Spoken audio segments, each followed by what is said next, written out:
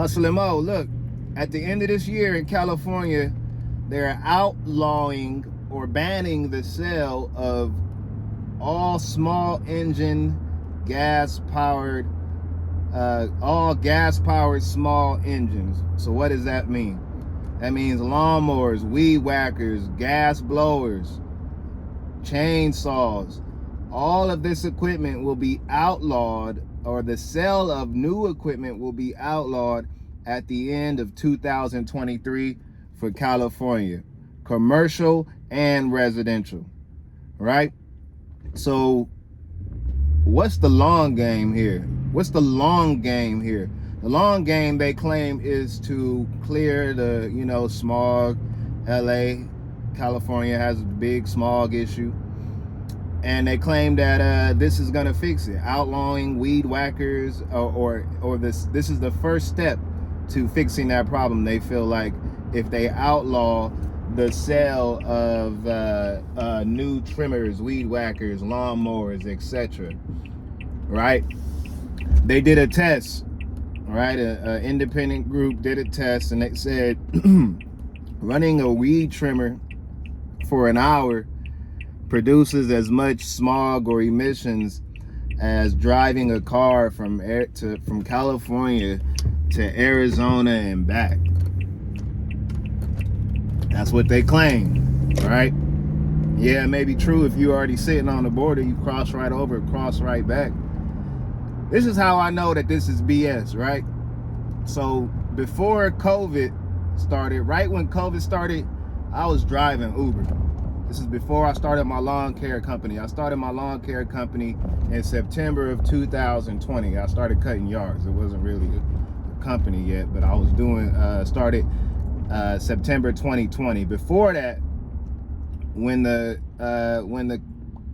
pandemic hit, I had two jobs. I was working in a call center, and then at nights I was doing Uber. On nights and weekends, I was doing Uber, or the other one, Lyft. So when COVID hit and the shutdown started happening, stay in place, all those laws. I was like the last like 2 weeks before they really started clamping down, I was still doing Uber. I'm running airports, running to the airport. I'm running to LAX, I'm running to John Wayne in Orange County. So I'm doing this during COVID. When the shutdown happened, LA looked like the day after apocalypse happened, like in a movie. No traffic. It was beautiful. It was beautiful. No traffic. No smog. Like, so beautiful, so clear. You could see all the pretty mountains, all the buildings. I'm driving through. Animals was coming down from the hills and just walking through the street. I'm seeing a doe. I saw a doe. You feel me? So but check this. The lawn care companies was still rolling during this time because they was essential workers, right? So the lawn care companies is still rolling, and probably rolling even at a greater rate when the pandemic happened, because everybody's at home. Everybody at least want to see their yard looking good. So the lawn care companies was rolling and booming, but yet where was the smog? The smog was gone. So they putting the blame on the lawn care companies, on the small guys. You got to know about the California market, especially in the lawn care business. It's a lot of people of Mexican descent that they run the game out here. They run the lawn care businesses. Don't mean you can't get in it if you are of another race, but they are the majority, or if not the plurality is people of Mexican descent, which is I don't have an issue with. But the powers that be, I think they want this industry back. They want this to be a commercial industry. They want this to be something that the big boys take over. And I feel like this is a play to move in that direction. Why not ban diesel trucks? Why not ban all this and that? Which they are moving to as well. But I don't think this is the fix. Banning small engine gas powered not vehicles, just equipment, handheld equipment. I don't think that's the fix, and I believe they know that's the fix. How are you going to run your business? The technology isn't quite there yet to be able to run a successful commercial business all off battery equipment efficiently, especially for, you know, a small business owner. How many batteries would it take to make it through the day? I've seen a larger commercial business talk about how they were implementing moving to batteries, and they have to charge batteries while they're at a customer's yard or servicing a client. Then when they get to the next stop, they switch that battery out and they charge a battery. So that's a lot of weird, you know, taken from the customer, still taking their energy up to charge your battery, right? Also, what they do, you got to have 4, 5, 6, 7, 8 batteries in the truck ready to go at all time. And what they don't talk about is how much emissions it takes to produce these batteries.